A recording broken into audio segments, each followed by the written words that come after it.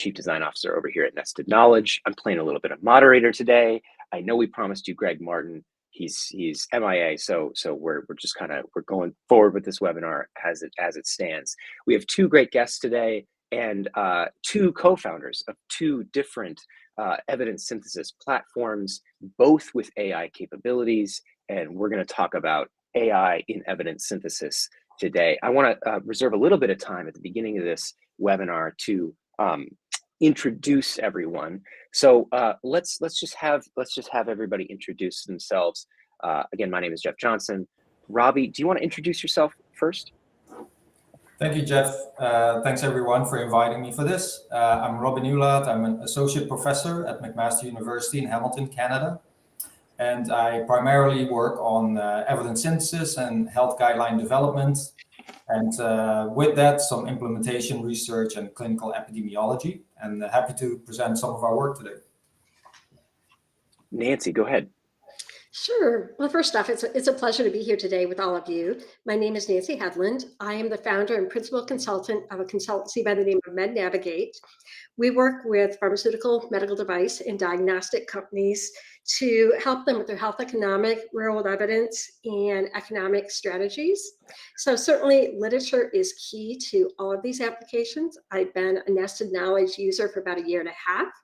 And I've used the technology for structured reviews as well as for a number of targeted scoping exercises. So I'm really excited to be here with you today, talk about the use of AI and really contemplate how use of AI may augment my practice as I work with different companies.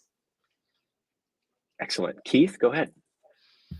Hi, everyone. I'm the founder and president of Nested Knowledge, evidence synthesis platform, obviously augmented by AI, hence the topic of the webinar.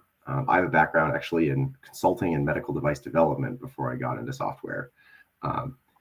Basically, those two informing the need, as Nancy was saying, every life science company needs this. It's relying on literature for clinical, HEOR, regulatory reimbursement, clinical even. And with all the new technologies emerging, they can do it a lot faster and better, which is great because there's a ever-growing body of evidence that they need to synthesize. So I'll hand it back to you, Jeff. Absolutely. Archer, certainly last but not least, tell us a little bit about yourself, the few platforms that you founded, the two of them, and yeah, great. Hello, everybody. Nice to see you all. And my name is Artur Novak. I am co-founder of Evidence Prime. As Jeff told you already, we developed two platforms. The first one is GradePro, which is a very popular platform for guideline development, used by more than 100,000 people in the world right now. And the second one, which will be the topic of today's call, is LaserAI, which is for living systematic reviews, hence the name, but with also the semi-automation coming from the AI. So my background is in computer science. Indeed, my master thesis was on building a vertical search engine for academic papers. So you can tell that I'm working on this problem and in this field for some time already. But for the last 10 years, I enjoyed working with researchers from all around the world on evidence synthesis and also guideline development. Excellent, excellent.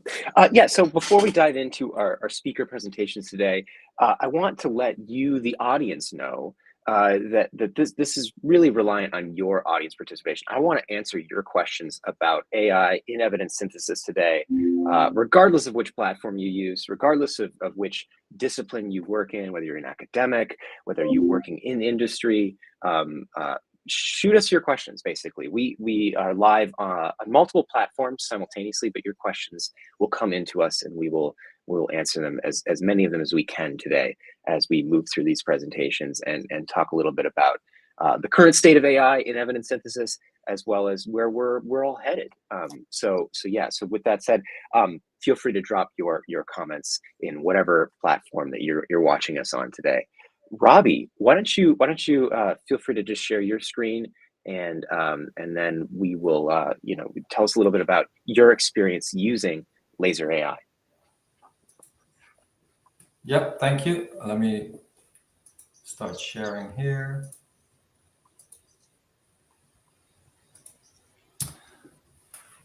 All right. Okay. Can you see that? We can. Go ahead. Great. Thank you, Jeff. So yeah, again, thank you very much for inviting me, and it's great to be here and discuss some of this work and also to hear from others.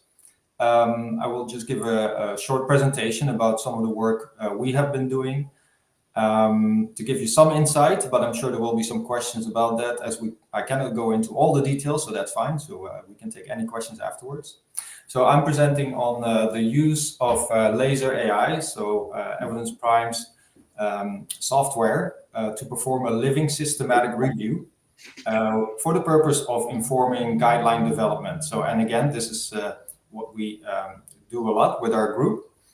And before I go into those details, so just some disclosures for myself. As I mentioned, I'm at McMaster University. I'm leading the Michael G. DeGroot Cochrane Canada Center. We have Cochrane Canada in our university, in our department.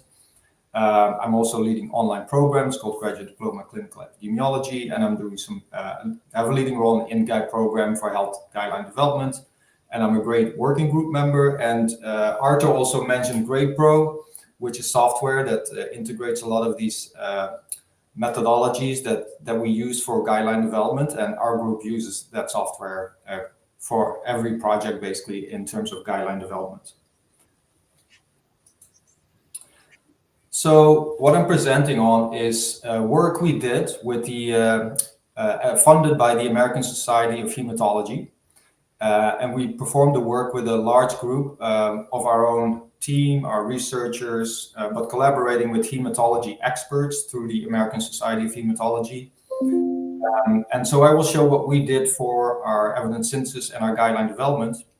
And then I will also show some slides that Tamara Lotfi led in terms of analyzing some of the performance of the algorithm, the machine learning that we applied using LaserAI for this process.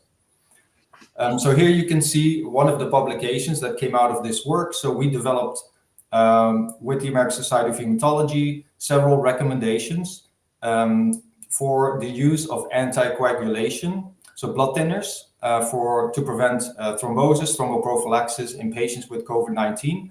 And this was specifically for patients who were hospitalized, either critically ill or acutely, but not critically ill. And we also had one recommendation for patients who were leaving the hospital.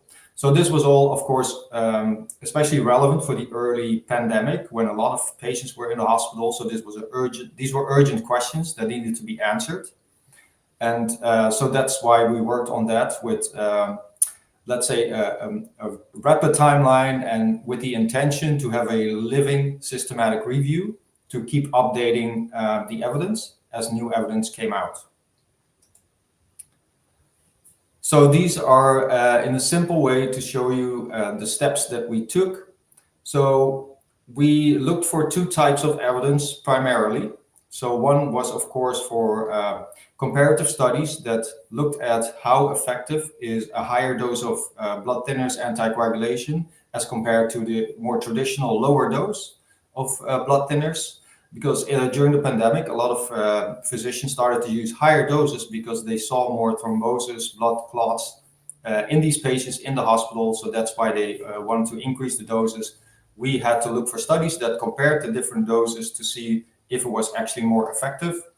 But another piece to this, for us to be able to answer that, was to look for evidence that we call baseline risk evidence, which indicates what exactly is the risk in these patients. So if you take 1,000 of these hospitalized patients, what is really the rate of having a venous thromboembolism, as we call it, or a blood clot in the lungs or in the legs? Other outcomes were major bleedings or mortality that are relevant in hospitalized patients. But this type of evidence we looked for with a separate systematic review. And this is the review that we applied the LaserAI and the algorithm to. So we did manual screening of all the results we initially found, and I'll show you the numbers in a bit. And then our team screened that, identified relevant studies, and then we used that to train the machine learning classifier, so with Arthur and Evidence Prime. And following that, the application of that classifier, we then screened the top 5,000 citations based on the classifier to reduce the amount of work and not having to go through all citations that we identified. So these were the steps we went through. And just to clarify, so we did not have a specific cutoff for the classifier itself, so no specific value that was predetermined to be, let's say, most useful to identify citations while not being concerned about missing anything important. We drew the line at 5,000 for feasibility because we had to be fast. We had a lot of citations that were identified with our searches. And this is the decision that was made to move forward in this project. And but as I said, the results with every update, the results were used to update the classifier. So if we completed one update, the first update, the initial results plus these update results were then used to further train the classifier, which presumably would then improve it as we go forward. And we were able to more accurately identify those studies that were relevant for this purpose to determine the baseline risk of these patients. So we did an analysis, as I said, led by Tamara Lotfi, and we wanted to assess post hoc, so after we went through this systematic review process, the performance and efficiency of the classifier in ranking studies based on how likely it was that they were included for these specific outcomes of venous thromboembolism, so that's VTE. Again, that's a blood clot in the lungs or in the legs. And the clock is shown here, or the stopwatch is shown here, because of course speed was of the essence, and that was part of our evaluation. So this graph has a bit more information, so I have to make sure I walk you through this step by step. So you can see on the left, we did our initial search in August of 2020, which identified 12,500 citations. So we did our manual screening and we used those results to train the classifier. Then we did our first update in March of 2021, which we applied the same search strategy and we identified over 32,000 citations. So you can, first of all, this shows you how fast this body of evidence was developing. There were many publications coming out for this specific topic. And so the classifier was applied. We identified the top 5,000 classified studies or with the highest classifier score. We then manually screened those 5,000. And again, we used those results for our purpose to determine baseline risks. And then in the next step, so in another update, we ran our search again. We had 74,000 citations identified. Again, we applied the classifier. We trained it with now including the first update results. Again, screened the top 5,000 for this second update. And then we finished our process of screening and including studies for this second update. So you can see here also in these steps, and especially for this second update, where we, it's a little bit small, but where we applied or where we analyzed how well this worked. And you can see at the top for classifier prioritized citations for the second update, we took a 5% sample and we evaluated performance metrics. And also after finishing our manual screening for the second update, we assessed the performance metrics. So this is the process we evaluated. And this highlights the two steps that we evaluated again. So this slide shows you per step what we screened, what was excluded for the validation study. So this is the work, again, that we did post hoc to see how well our process worked using the classifier. So we had almost 3,500 titles and abstracts that were used for the validation. Most of them were excluded. There were some potentially eligible, but after full text screening, only 192 would be eligible for our living systematic review. So there were some citations that were initially not in our top 5,000 that would be eligible for the review. But then we also analyzed by not having these studies, or sorry, these were the studies that were included, my correction, sorry. But most of them reported non-VTE outcomes. And our main purpose was to identify or determine by only screening the top 5,000 and not the rest of the citations, did we miss anything important? And we were primarily interested in clinical events, and our main outcome was venous thromboembolism. And in our validation study, we showed that we did not miss any studies that reported on this specific outcome of venous thromboembolism. There were a lot of studies that reported on mortality, maybe some other outcomes that were relevant for our recommendations, but this primary outcome was not missed. So for us, that was a good confirmation that we did not miss anything important. So you can see here the key message is the sample guided by the machine learning classifier was reliable and did not compromise the screening results, specifically for the outcome of venous thromboembolism. And LSR, just to clarify, is living systematic review. In terms of efficiency, because this was, of course, a very important aim for us, to be fast, to be efficient, to save time by using this approach. And we calculated by not having to screen those tens of thousands of citations that we found with our searches, but focusing on those top 5,000 using the classifier, saved us about 214 working days if we calculated it all together for these different steps. And so the key message is semi-automation of screening at the title and abstract level was efficient, and it's especially important in a living systematic review to inform guidelines, and I would add to that for a rapidly evolving topic such as the COVID pandemic, where there was a huge amount of evidence coming out. So that's a short overview of the study that we did. So our initial systematic review and the evaluation we did afterwards. And yeah, I'm happy to answer any questions you have based on what I've presented here. Thank you so much, Robby. As I mentioned at the top of this segment, feel free to just enter your questions into the chat interface in whatever platform you are watching us on today, and we will get to them in the order in which they come in. We'll answer as many as we can, that sort of thing. Couple of questions for you, Robby, here. So you mentioned that time was of the essence in this, and I totally understand where you're coming from here. You're going to do upwards of tens of thousands of screening decisions. In your case, your final iteration there is 75,000 records, right? That is just so many records. It's borderline infeasible, especially for a small team. But when you add in this machine learning component to help you make those decisions and prioritize your screening decisions, obviously it becomes feasible, and you can do some really good work very quickly. What was the deadline for the team to complete the review? This question comes from Shelby. Yeah, thank you, Jeff, for the question, and Shelby. So the American Society of Hematology contracted our group to do this, let's say, as fast as possible, as anything in the early pandemic, right? So a lot of efforts were, a lot of resources were directed towards that topic. And of course, guidance was needed as fast as possible, because we're talking about people who were hospitalized with COVID-19, who were critically ill or acutely ill, of which there were many.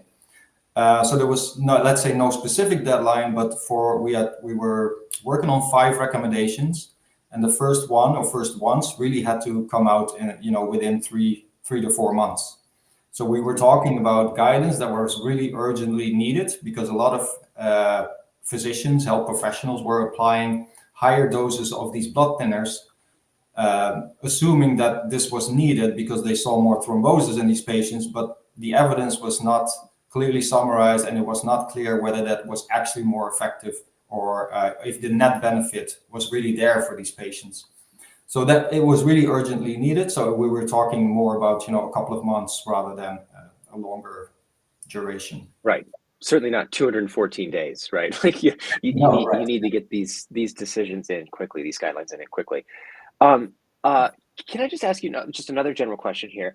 What is the attitude? And I want to ask Nancy this maybe as well, but I think it's particularly relevant to the work that you've done Robby, what is the attitude of peer reviewers towards papers where AI is used as a tool? And maybe you can talk about that in terms of guidelines as well. Are they well received? Yeah, so that's an interesting question. So in terms of peer reviewers, so we have published our recommendations, so the guidelines themselves, and we have mentioned that this was part of our methodology, but I have the impression that those clinical reviewers didn't pay a lot of attention to that, because we specifically used it for our purpose to determine the baseline risk for these events.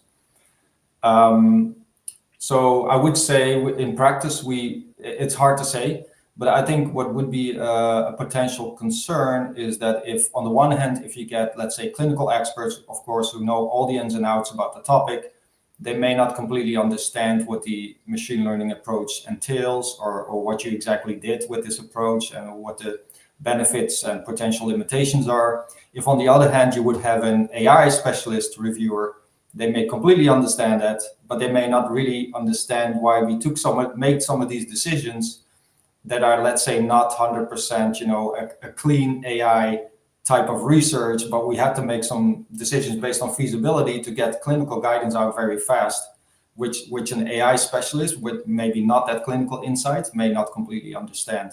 But again, this is hypothesizing. We haven't experienced that.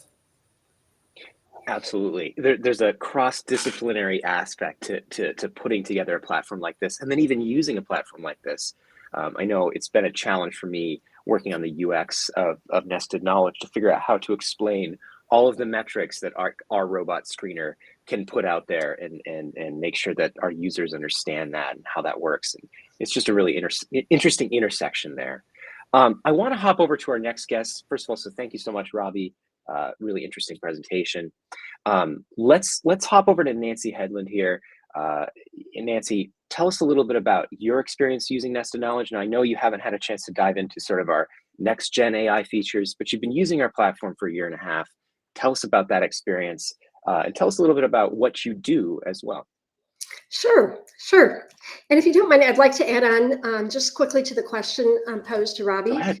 I have not had direct experience yet with reviewers with AI as well, but I certainly would anticipate reviewers to be curious, wanting to understand what's possible, not necessarily to the point where they're going to trust 100% AI solution, but certainly see the need and be interested in an AI complemented solution. So certainly if the human and the AI agree substantially, I think that's going to weigh positively.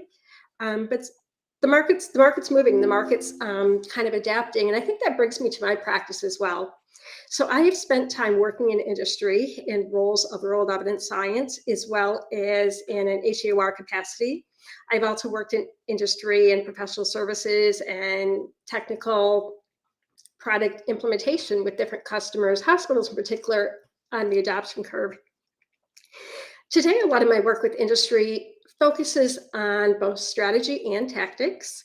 Strategy is things like trying to help an industry customer, be it a pharmaceutical or medical device, determine the most appropriate endpoints to include in a clinical trial to be able to satisfy both regulatory and reimbursement authorities. So historically, I think, companies got very good at what do I need to have in my trial for safety and efficacy, which are the key pillars of, at least in the US, the FDA. And, certainly international authorities have similar key pillars. More recently, companies have become much more sophisticated and also thinking about what endpoints do I need to have for reimbursement. And so one of the ways I used the technology initially when I was first a customer was to do a search of studies out there with patient-focused outcome endpoints. So my assignment was to help a company think about what instruments may they want to include and what patient-related endpoints, both in terms of response to instruments, as well as health service utilization to include in the trial. So in that case, it was a structured review versus a systematic, but still included, certainly inclusion and exclusion criteria. The screening module of the tool was very helpful. And then the tagging module for really sorting out and identifying the different endpoints and doing it in a rapid fashion. So that's one use case I've had for the tool. I certainly use the tool on a regular basis for scoping reviews as I'm bidding out projects. So, unlike the case just discussed where we had, 70,000 citations and, weeks and months to review it. If I'm bidding out a proposal, I typically have 5 to 10 days to turn something around, and I need to have an understanding of what's out there in the literature within 1 to 2 days. So certainly I've used the platform on a number of occasions to do quick searches, create quick hierarchical tree diagrams of the key endpoints that are necessary, and to begin to categorize the data. The technology is extremely helpful in terms of speed of finding the endpoints within a study and getting them into an organized hierarchical structure where I can generate a report. So certainly, as mentioned, I'm getting up to speed on the newer technologies and really excited to try it out. But you've certainly had the PICO identifier, the suggested terms in the platform for a period of time.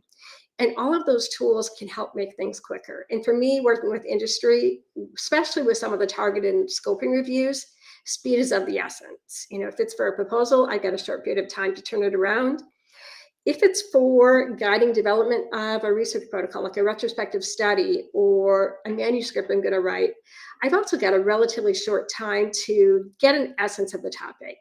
That's not going to mean I'm an expert per se, but to get an essence to be a sophisticated scientist, to be able to participate collaboratively with teams. So I see a whole number of use cases for the platform with and without current AI technology as I interact with industry, either as an embedded scientist, interacting with either their contract research organizations or their deployed teams, say in India, China, or otherwise, that are doing some of the systematic reviews, as well as when I interact on more of a strategic consultancy basis. Mm-hmm. Absolutely. So a couple questions in the chat here. So we have Percy. Hello from Luxembourg. We are currently using for the first time NK for one of our projects on toxicology and ecotoxicology. We're having thousands of references found, and we are a bit struggling with the screening. This sounds super interesting to apply and be more efficient for our screening. So yeah, to Percy out there, I'm sorry to hear that you're struggling. This is tough. This is really, really hard stuff. And I would just encourage you to reach out to NK support if you're in our platform already. And we would be happy to show you how to use like our robot screening tool and to help you speed up that process, because yeah, thousands of records is a lot of records, especially if you're working in a small team. If you're collaborating with a small team, obviously NK and LaserAI are going to allow you to do screening in a team setting where you've got multiple reviewers looking at these records and speeding up that process. But layering in the AI piece on top of that is key if you're on a tight deadline, or if you need to get guidelines out. Yeah, Percy's saying we are 4 in the project. Absolutely, there's just 4 people there. So obviously that's still going to help you if you're just thinking about making sure that everybody can be working at the same time on the same set of records in a single screening mode. But obviously we also have these dual screening modes. We have this robot screener, which can help you prioritize your records and also make some of those decisions for you, replacing one of your reviewers. Nancy, I want to turn to you as well and ask you a couple of questions about your experience using the platform to support your customers and their decision-making processes in terms of strategy in general. So first of all, in your consultancy, I know you do a little bit of work with R&D and that sort of thing, RWE and RWD, and also in determining endpoints for clinical trials. Talk a little bit about what that process looks like when you are trying to answer those questions really quickly. Sure. So I can answer it twofold. One, if you think about a clinical trial, certainly we're very interested in what instruments have been utilized across trials. So utilizing the tool to identify published studies from comparative clinical trials and to build out a hierarchy, trying to understand which instruments were used across which trials and get that information summarized. So that's a relatively straightforward approach. The other area where it's important is when you're developing retrospective research protocols. So unlike a clinical trial where you're able to control what endpoints you collect, when you're developing a retrospective protocol, you're depending upon what's been done previously, either in what's been collected in terms of daily clinical practice, that might be an EMR, what's been billed, that might be in claims, as well as what's been reported in other clinical trials. So certainly, as you think about designing a retrospective research study, your inclusion and exclusion criteria, certainly you want to have guided by what's been done previously, as well as what's available. Same thing with your endpoints. So targeted literature searches, again, they may not be 100% complete and with as much rigor as a systematic review discussed. But certainly if you've got a limited amount of time to get a team up to speed and talking on the same page, a targeted literature search can really help get the conversation going and can help pull out what are the comparators that we need to be aware of, as well as what are the methods we need to be aware of when we do a project. That's where nested knowledge has been really helpful. It's, sometimes when I scope out a project, I'll scope out a traditional targeted literature review. In fact, I do in most projects is an early stage. And sometimes there's both timeline and sticker shock in terms of, well, we've done some of that. We understand that, perhaps this background section from a previous protocol might be good enough to keep us moving. And so one of the things that I continue to preach is the importance of using literature to get things right the first time. And so it's always tempting to save time, save money up front, but it can also bite you in the back end when you missed newer or changing practices. So I really like to use the software for targeted searches, particularly in areas to identify what's more recent or in areas where I think there might be some controversy to guide conversations when I work with internal teams on different research projects. Great answer. Great answer. I want to turn to some just more general. So thank you for your presentation, Nancy. Appreciate it. Some more general questions about AI and just in these two platforms. I think these questions are going to be kind of more for Keith and Artur. So in your experience, at creating these two tools, what are some of the main challenges you've encountered when integrating these AI features into the evidence synthesis process, for your clients? And then how have you kind of overcome some of those challenges? I think we can start with Artur. Thanks. How much time do you have? Because this question really touches on. And it's very broad. Take it however you like, in whichever direction. Yeah. Yeah. So clearly, building a tool for literature reviews for evidence synthesis in 2024 is really about integrating AI. I think it's really beyond a question that at this point, it's not really about supporting the workflows and so on, but actually thinking about how to make AI useful. At the same time, there is so much hype around ChatGPT and all this technology that sometimes people come to us and just assume that this problem should already be solved, right? Because this technology is so powerful. And I believe that what is really interesting is some work that people do. So there is a group at Harvard University that explores, how AI is used by highly skilled workers, like, for instance, the consultants from BCG. There is one such study. And what turns out to be interesting is that when you consider the joint performance of this human and AI tandem, it turns out that sometimes you don't really want to have AI to be too smart, because then people kind of turn out to be not vigilant enough and not pay attention to the situations in which the AI can be wrong. So I think that, first and foremost, we need to find a way for the AI and to kind of complement human intelligence. So we really take a lot of time to think about how to integrate this in such a way to really help people and not to really make them work more. But this time they, instead of just reading the paper, they are reading the paper and the suggestions or some output from the machine, because it's really kind of counterproductive. And also on the same note, thinking about, let's say, this psychological impact of having AI in the tool. And if any of you are of the audience are interested in this particular topic, there is a great study from the group that I mentioned called Falling Asleep at the Wheel about this particular topic. So yeah. I find that side of things very fascinating, Arthur, as I think about the UX of NK. We've also had a lot of client feedback to that regard too. You know, like, hey, can you blind us from this? Oh wait, can you show us this particular metric? I want to see it. So it cuts both ways pretty deeply, pretty quickly. Keith, same question.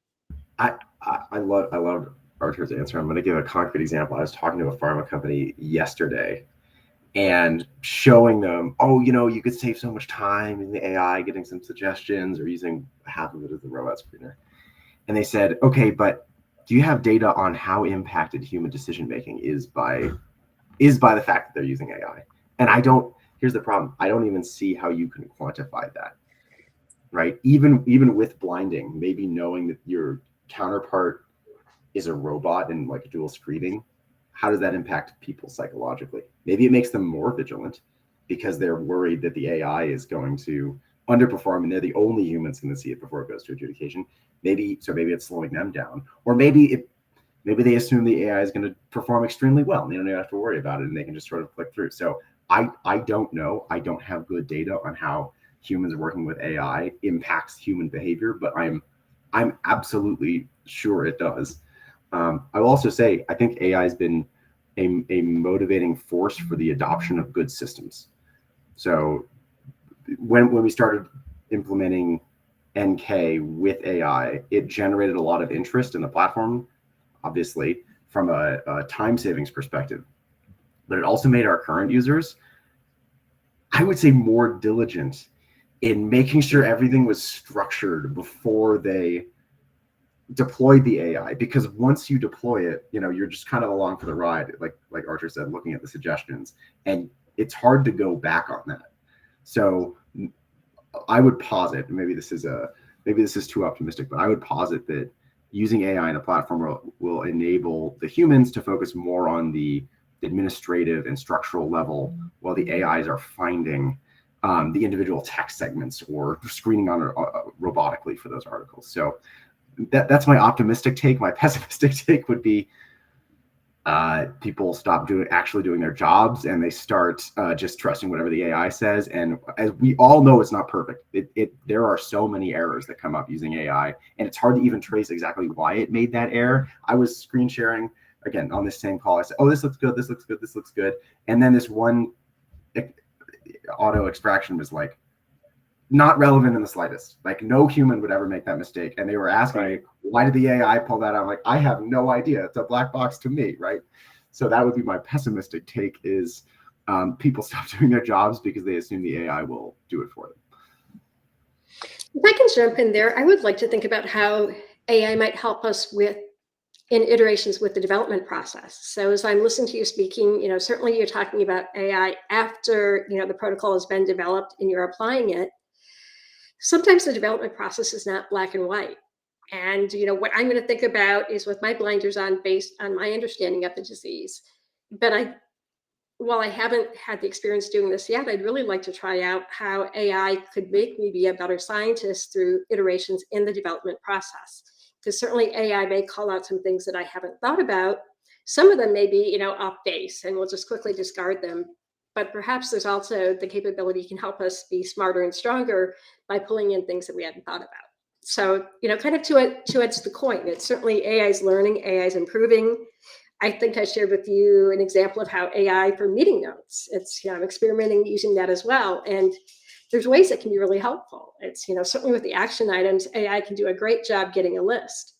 When it comes to kind of summarizing the intent of the meeting, not so much, you know, pretty bland, pretty, you know, not there. That cognitive piece is not there yet, but it's evolving. And so I see AI in literature search and science being the same. Certainly there's a lot of intricacies that play in, but the technology is going to continue to get better. And certainly if we can complement human and AI, I think it's going to help us all move to a higher standard. I want to hear Artur and Jeff's take on that, Nancy, but when you say that, I think of like an exploratory AI, and those problems are actually harder to solve than the robotic screening or abstraction piece, because search, if you want to call it that, is kind of an infinite problem. Once you have your set of records, thinking about Robby's presentation, even if you have a ton of records, you're narrowing in on them. It's a finite problem. With search, it's an infinite problem, and you never know if you actually had that perfect search. You can evaluate the effectiveness or the accuracy of an AI when you're screening. You know, you have all those metrics Jeff was mentioning on the platform, like recall or precision, and you can quantify them. I don't even know how you quantify how effective an exploratory AI is on search, for instance. That is almost like an infinite problem. But I'm excited to see how, not just LaserAI and NK solve this, but how this industry in general is going to solve it, because I actually think that is a much broader question than just evidence synthesis. And drug discovery relies on this, and there's a ton of really cool AI drug discovery companies that have come out. I know our board member called me excitedly one day. It's like, I just found out about the coolest company. They're doing AI drug discovery. It's going to bring down the cost of discovering a drug by 90%. And it's like, well, okay, how do you evaluate that, right? How do you even measure the effectiveness of that AI? So yeah, Artur or Jeff, I don't know if you have insight. I mean, So I think just from a UX perspective, one of the most frustrating things to me is just how slow it is right now. So machine learning can be really fast if you're doing it. Like our screening robot is just running on our server, no problem. But when we do our tag recommendations, we're calling out to this large language model on a different server, which we don't entirely control, or we just kind of have to pay for, right? And that takes a while. And so that slows down the iterative process. And I find that so frustrating. And I would love to design around those constraints and figure out a way to make that faster. And that's something that we're just obviously continuously working on. But even beyond that, when obviously we want to enable researchers, consultants, these downstream customers in pharma and beyond to be able to interact with our platform and do that iterative process. I really think that those skills are going to be what's in high demand when it comes to interacting with these platforms in the very near future. As we move away from a lot of the rote exercises of like, okay, I have to extract all of this data, it's going to take months, and we make that process faster. How do we make sure that you are still getting the absolute best work out of that literature, right? So it's really interesting. So Robby, you were talking about, first of all, living systematic reviews, right? Where you've got basically the way you're gonna explore that problem is you're just going to screen as many records as possible, but then you're going to take the top end of the best studies or whatever based on AI, and you're going to screen those ones, and you're just going to have to cut it off at a certain point, right? One of the decisions we had to make really early on when we were designing our screening model is that we had to decide, do we want to favor kind of inclusions, like false inclusions or false exclusions, because it's going to make a decision, and it's just going to make this determination. And we ended up favoring false inclusions because very purposely, because we thought false exclusions is going to be more harmful. Could have gone the other way. There's justifications for either direction, either design decision. But it's really important that our users kind of understand that side of things and some of the decisions that we've made. So we have to communicate that to them in the platform through this interface and through our materials as we teach them. And that is tricky, right? So there's these skills that people are going to have to learn. And ultimately, what you're really trying to understand fundamentally is how these models are working on the back end to help you, so that you can then do that iterative process, so that you can refine your protocol, your research question, your study design overall. Anyway, that's my answer. A little all over the place. Artur, go ahead. Yeah, so great point on kind of telling apart search and review, really. I mean, with search, we technically look at different metrics, right? Because we look like on top K precision, and plainly speaking, this is all about the thing that nobody looks beyond the first page of results, which we know very painfully with all the search engine optimization that all the websites do. While of course here we are mostly concerned about the sensitivity or recall, as you said. Yeah. So it's really a different kind of problem, and for the same reasons, it's not necessarily that the solutions will be the same, especially that with large language models, kind of going back to this exploratory scenario, we have this Socratic problem that we don't know what they don't know, right? These models are so big and so really impenetrable in terms of their capabilities that we would need, and people do this, we need to employ one model to interrogate this other model to explore this boundary of knowledge, and it's pretty much impossible to tell. And this is, I think, something that also applies to people. I mean, if you ask me about something and I give you an answer, then how do you know whether I'm really, and I'm speaking in the best faith? How do you know if this is some misconception, something that I maybe misread or don't remember correctly? This is the same as with these models. So what I'm particularly concerned about this exploratory use case is that, in general, all these models are some sort of a very large compression devices. So they take the very large amounts of input data and they try to compress them. And the thing about compression is that you try really to pick up the patterns that appear the most, right? So when kind of trying to brainstorm things or ask questions as we have about domains such as health equity or acceptability, I'm just concerned that when we just rely on large language models, voice of many of underrepresented communities may go unheard, and this is especially true if you look at the fact that these models are mostly trained on English, and it's not like the whole culture is written down in English, and many countries and their culture are simply not represented in these models because their literature is very scarce and it's not included in the training data sets. So this is really what concerns me the most in terms of this exploratory application. But at the same time, this is a very active area of research, and hopefully, we'll see some breakthroughs both in terms of how we measure these things, but also how we address these challenges. Great answer. Yeah, could not agree more. It really feels like, when we first encountered these large language models in the form of like ChatGPT, it kind of took the world by storm. It felt like magic because it was sufficiently advanced, right? But as you start to play around with those tools, you start to encounter its limitations pretty quickly, especially in the early days. You're like, oh, okay, this actually can't replace me or do my job.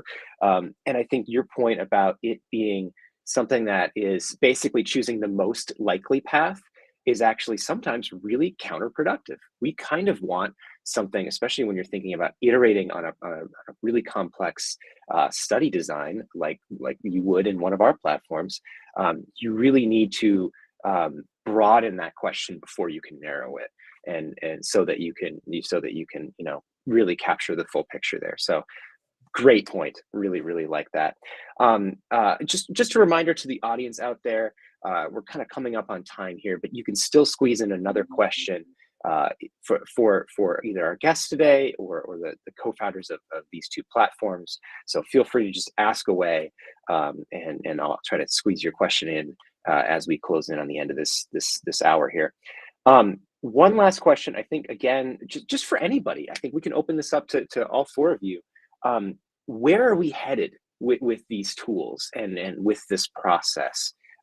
What do you see coming in the next, year, next 3 to 5 years, next decade, in terms of AI, in its role in evidence synthesis? Let's start with Robby. We haven't heard from him in a while. Yeah, thanks, Jeff.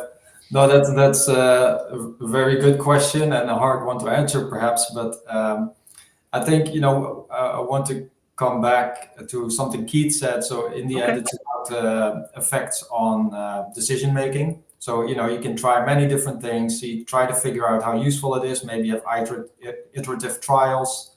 How much does the human still need to add to this, and how much can the AI take over?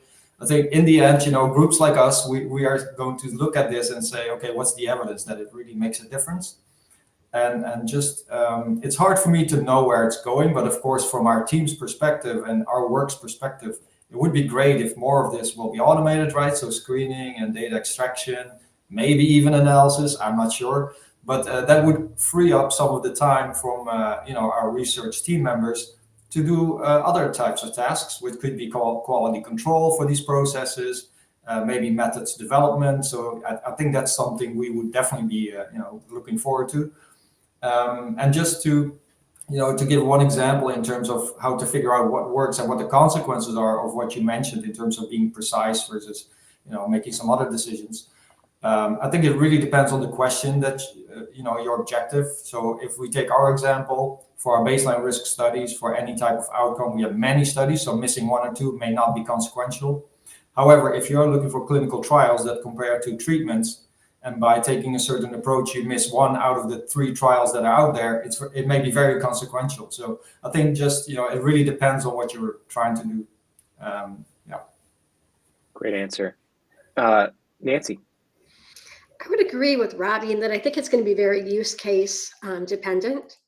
I think with this technology, we're going to see continued enhancements and the technology continue to get better, just like we are in other AI applications. I suspect we'll see AI being more proficient sooner with analyzing things that are traditionally designed. For instance, a 2-arm clinical trial where we've got our main intervention, we've got a comparator, we've got a primary endpoints, we've got a secondary endpoints. I foresee AI getting more sophisticated quicker with helping us to assess some of that information than perhaps with some of the retrospective work I do, where I'm pulling in clinical trials, I'm pulling in retrospective studies, I'm pulling in surveys.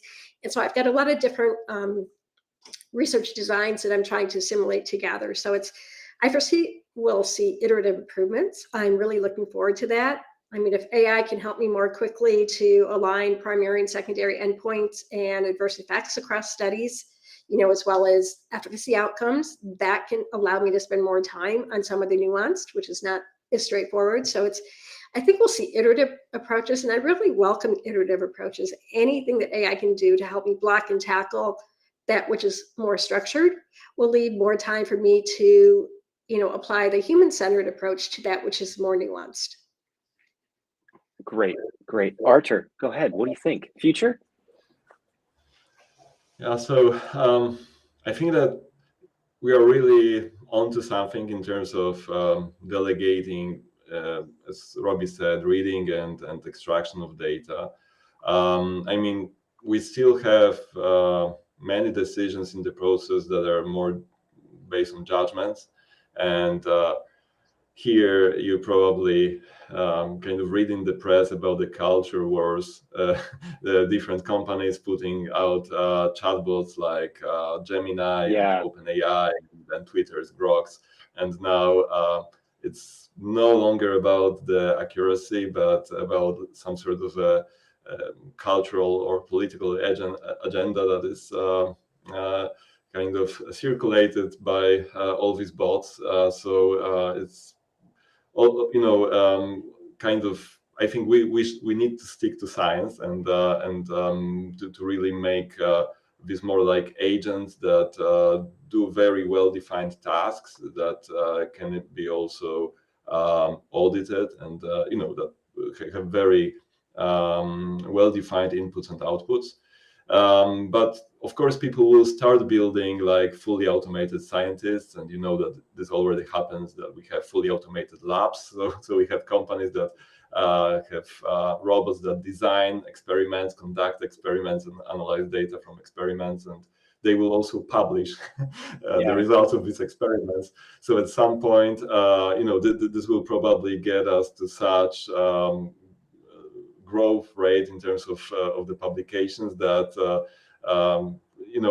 we'll also have robots that synthesize all this knowledge, because it will simply get out of hand. So I can see this clearly. I don't know how much time we have until this happens, but again, I think it will be more on the, let's say, production side. So we'll see so much data being produced that we'll need to automate more to cope with all this data. Right. Well, I mean, forget robots doing it. We have so many human beings publishing so much literature every year. It's just more and more every year. Robby knows. Right? That's a lot of screening decisions to make, right? When you're trying to think about what should actually be included in your study. So could not agree more, Artur. Keith, last but not least, what do you think? Future of AI in evidence synthesis. I see a bifurcation coming, and I'm going to speak specifically about health economics and outcomes research. Nancy is fairly representative of what our user base is, which is like 80% health economists or in adjacent fields. I see a bifurcation coming between what is going to HTA bodies and what is for evidence generation planning or more informal use cases. And this is kind of what Nancy was saying around like, well, I sometimes do an NK project just because I'm curious about something I found in my other NK project. And it's not like a client deliverable. It's not even necessarily going to end up in an HTA, but it's just something that I do for my own edification. And I think that these bodies are going to come out with standards for what ends up in their submissions that are still largely human driven. But I think the sort of scoping aspect or any sort of gap analysis or anything that isn't a formal submission, anything that doesn't actually have to have that quality control, is going to very swiftly become mostly AI. Not all, but mostly AI. So I actually see a sort of bifurcation coming in the industry. Yeah, we'll see. I hope that terminology emerges to differentiate between these. For instance, like systematic literature review to me implies that a human looked at every record, whereas a targeted literature review or an AI literature review or a scoping review implies to me that at this point an AI did most of your work for you. But I don't think the community has really come around to that exact terminology. So we'll see how it all shakes out. I hope that one of these bodies comes out and clarifies for everyone so that we can all kind of rally around it.